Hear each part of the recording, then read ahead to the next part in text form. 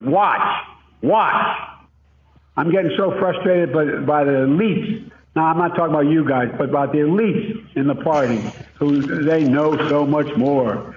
But if any of these guys don't think I should run against me, go ahead, announce for president. Challenge me at the convention. So that was President Biden on MSNBC's Morning Joe just a bit ago on Monday morning. I think it's fair to say throwing down the gauntlet, getting a little spicier in his repudiations of calls for him to drop out of the race. It's clearly part of a ramped-up effort to quell the unrest in his party about the 2024 campaign and whether he should stay in.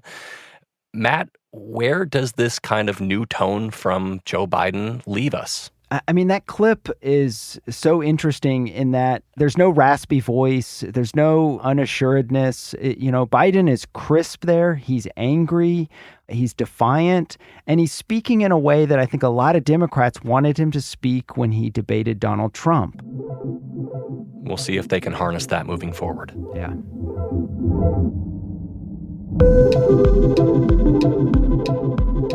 Welcome to the Campaign Moment from the Washington Post, your guide to the biggest developments in the 2024 election. I'm Aaron Blake, senior political reporter here at the Post and author of the Campaign Moment newsletter. As November gets closer, I'll be coming to you more during the week with the latest campaign news, in addition to our regular Friday roundtable chats.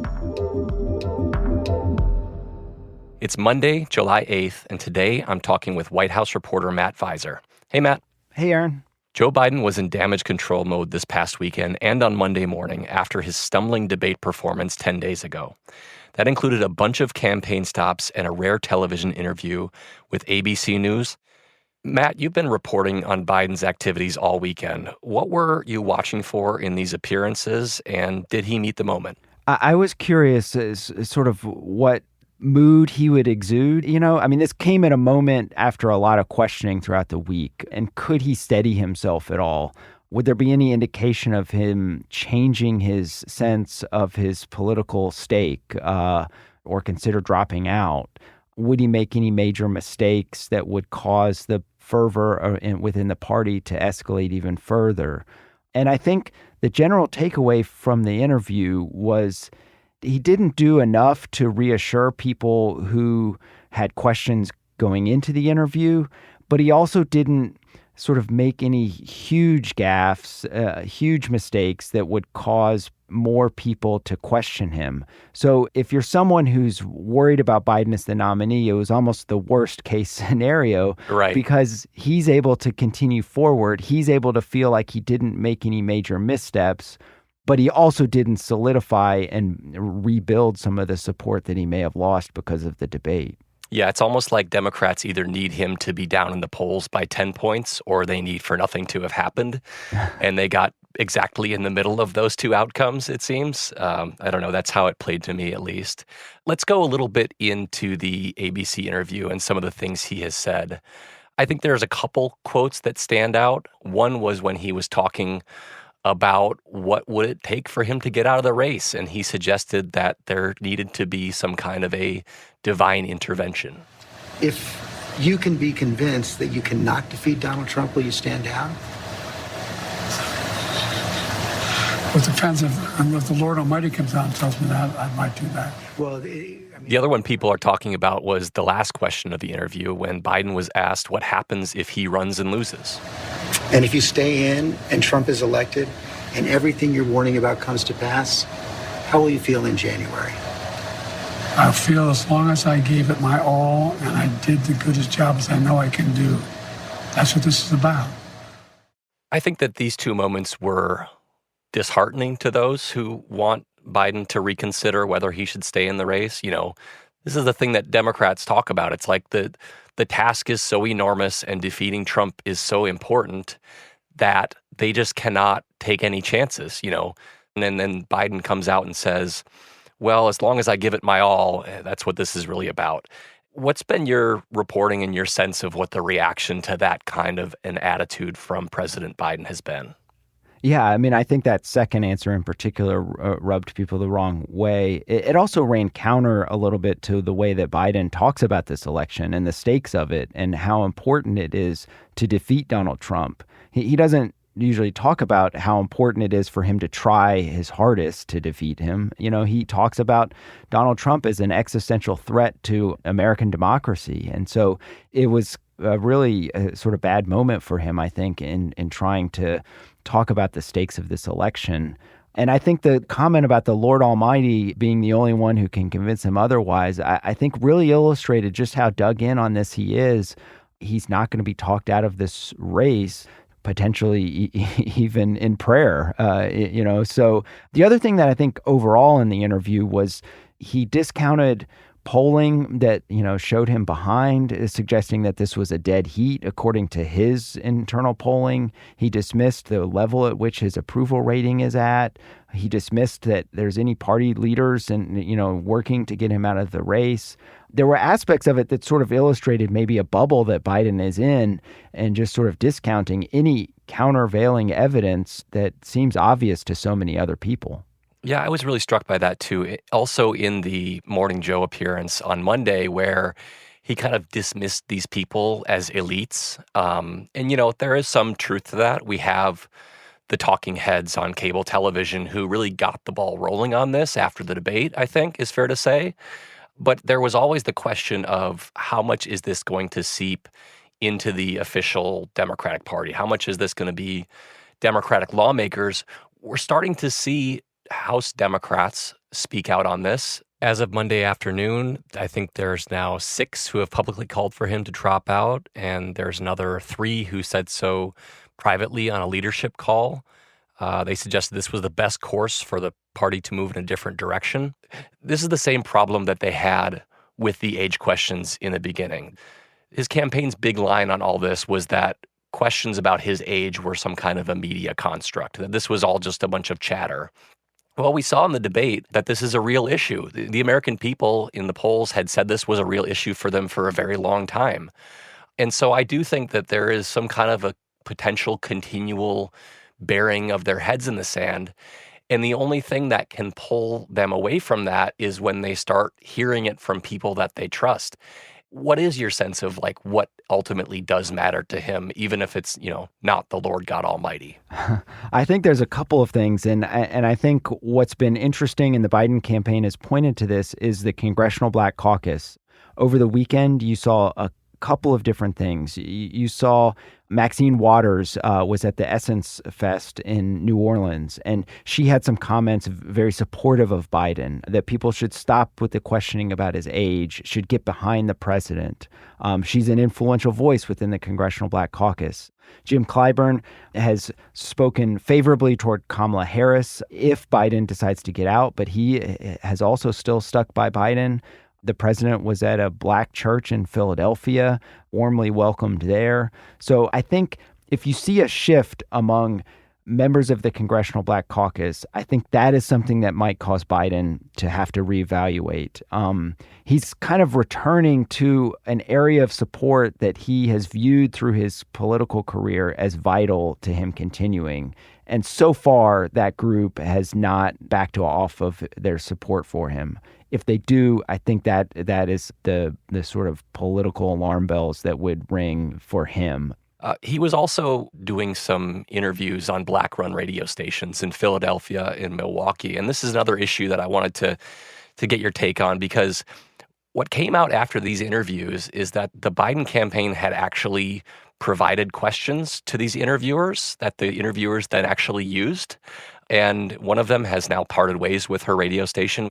You've written a little bit about how much Biden is being stage managed at this point, the teleprompter thing, things like that. What do the interviews that the questions were fed to interviewers tell you about all of that and about how this situation is being managed?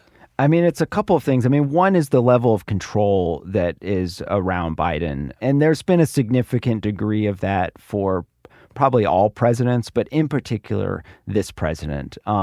They make accommodations for him in physical ways. They use shorter steps for him to walk up Air Force One. He often wears tennis shoes instead of dress shoes. There are physical aspects, but there's also ways to protect him from making any mental lapses. The teleprompter is the most obvious, which he has, as we've reported, even in sort of small settings. I was at a fundraiser in Palo Alto where it was in a living room. There's about 30 people there, and they have a teleprompter, and it just is sort of this jarring image, inside these what are supposed to be intimate settings, but he is reading from this device that's set up so that he doesn't go off script. And I think these interviews illustrated that as well, where his campaign is trying to feed questions to radio hosts, and at a time when he's trying to prove that he has the mental dexterity to speak off the cuff.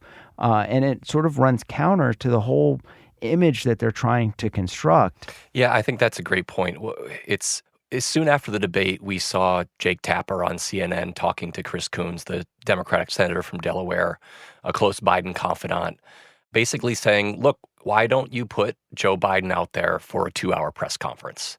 Why don't you do something that's going to prove that he can handle this, that he can think on his feet and drive a message and take questions and volley with people?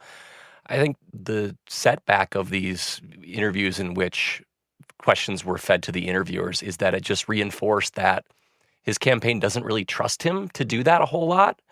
So it'll be really interesting to me to see in the days ahead if they do go more towards these unscripted moments, because that is the big kind of testing ground. Do you get a sense that this is something that they recognize that they need to do, or do they think they can, keep stage managing this thing to the extent that they have? It was interesting over the weekend because there were examples where the guardrails were coming off for him, in terms of protecting him from how he speaks. He didn't have a teleprompter when he spoke at the church on Sunday in Philadelphia. He did have a notebook that he was kind of referencing.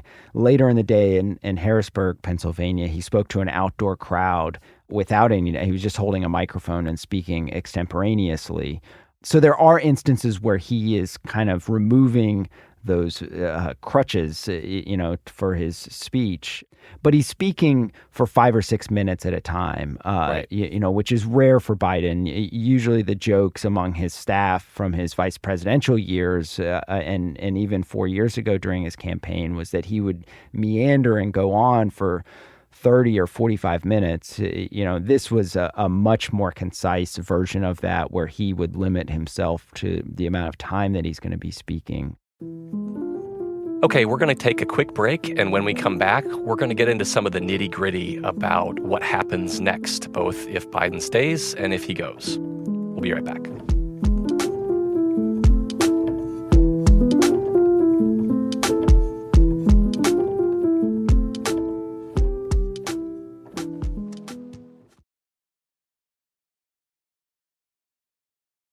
So looking back at the campaign right now, it's almost like there's this split screen that Matt was talking about. You got Biden in his campaign putting out a very positive, defensive, and increasingly combative public face.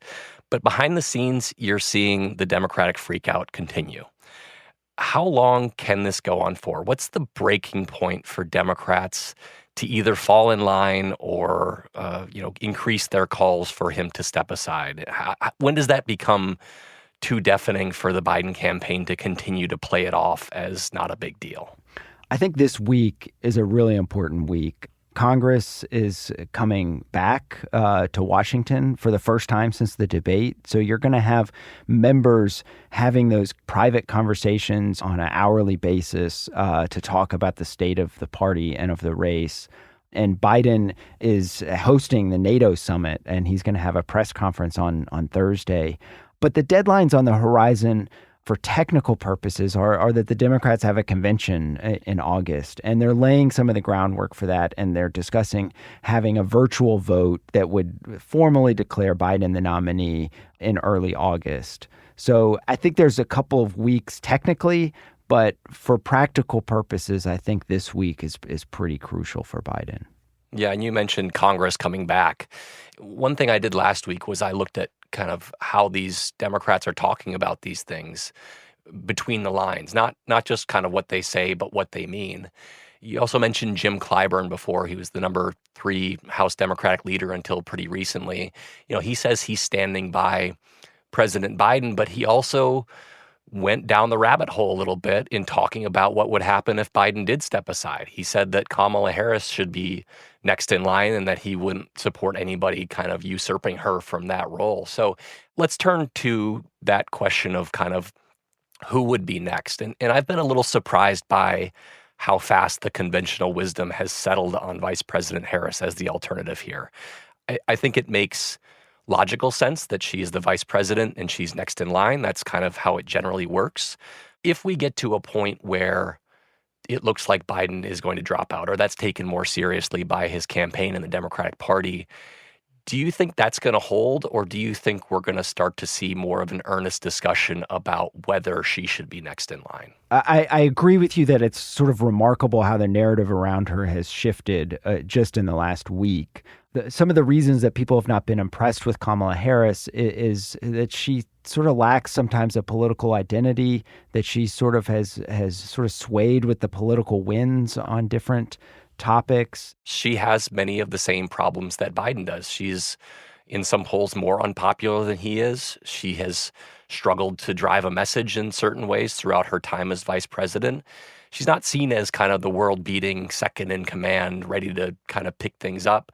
But Democrats have kind of acknowledged that she is the alternative. It's sort of wild to contemplate sort of just how quickly things have changed for her. Yeah, it really is. And, she's been kind of in the background throughout much of the administration. So she hasn't had a chance to sort of fully articulate why she would want to be president. But it also seems, given the time frame at which the party would need to shift course, I find it hard to believe that they'll be able to have an actual primary or that the party would turn to someone other than her. And I think that actually would be one of the cases that people would make to Joe Biden as he exited the race, to sort of say, you were the vice president to the first black president, and you would be passing the torch to the first female black president. I think it would speak to Biden and how he views himself in history as passing the baton. And so that would play to his psyche a little bit and maybe proving a convincing argument to him. But there are great risks in Kamala Harris. One of these things that I think is getting increasing discussion is, as you mentioned, kind of how the process plays out from here. President Biden can come out and say, I'm ending my campaign. I think my vice president should be the nominee. But it is up to the delegates, technically speaking. Those delegates right now are pledged to President Biden. He can't just say that they are now pledged to Kamala Harris. Conventions can be unruly situations. That hasn't been the case in recent decades as they've become more of kind of a stage-managed, made-for-TV event. But we also haven't seen a situation in which the outcome was in doubt heading into the convention, like it used to be before the party primary process really became how you nominated people back in the 1960s and 1970s. I also wonder how much Kamala Harris, even if she is the ultimate nominee, might actually benefit from having the outcome be in some doubt and proving that she can win the nomination in certain ways. I think, too, another thing to watch is sort of whether somebody moves forward with an effort to challenge her, because it does feel like a lot of senior members of the party would try to turn to her as the obvious choice. But if you had a Gavin Newsom, Pete Buttigieg, if you had other potential candidates try to throw their names into the ring, I think it would upend that process a little bit and cause the party to have to construct some sort of mini primary. But so far, a lot of those people are being fairly deferential, and suggesting that Kamala would be the obvious choice. It's almost like the longer the Biden deliberations go on, the better it is for her. Not only is there a smaller amount of time for there to be a replacement to come in, a smaller amount of time for this kind of fantasy, mini primary that people are talking about, but the conventional wisdom is continually settling around her. The question is not Kamala Harris right now, it's Biden. And kind of the longer that conventional wisdom sets in, and she is the alternative, according to Democrats who are talking about this publicly, it might be kind of a self-fulfilling prophecy at that point, because we haven't had that discussion about the alternatives, at least not completely in earnest. And so maybe Biden's doing her a little bit of a favor by kind of drawing this out a little bit more. Yeah, I think that's probably true. And I mean, as you were talking too, I just feel like we shouldn't lose sight of just how remarkable all of this is. You have Joe Biden having to remind people every day that he is still the presumptive nominee of the Democratic Party. And he's sort of dismissive of elites trying to question that. But to me, that's what's so amazing, is that you do have elites sort of saying, like, we need to go in a different direction 3 months before the election. It's just such a fascinating moment, the way that everything has happened these past 10 days, to where you have people contemplating the idea of the Democratic standard bearer being forced out of running for re-election, as he is so determined right now to do. It's just a remarkable moment. It really is. And I keep coming back to how difficult it is for these Democrats to do this. The easiest thing in politics is always to be a team player, to support your nominee. At the more extreme side, on the Republican side, Republicans who come out and speak against Donald Trump often pay for it with their careers. And I think on the Democratic side, it's that to a lesser degree. You still have a career if you speak out against President Biden being your nominee, but you are opening yourself up to some heartburn. You're opening yourself up to criticism in your party. You're opening yourself up to the idea that you're undermining President Biden. And yet these people are still willing to do that. It seems because they are just that concerned about what this could mean for the 2024 election. And so it's going to be really interesting to see whether Democrats continue to kind of put their own political capital on the line to try and force this conversation, or if they just decide that it's kind of for naught and they need to make the best of a bad situation. And it's all happening so quickly. I mean, we forget that there was an actual primary process for the Democratic Party. And Dean Phillips was sort of the only one to try to mount a challenge to Biden, and it didn't amount to much of anything. Don't forget Marianne Williamson, Matt. Of course. So the other thing, like the way that Biden dismisses it as elites, I went to see his rally on Friday in Madison, and ahead of that event, I was talking to several voters who had come.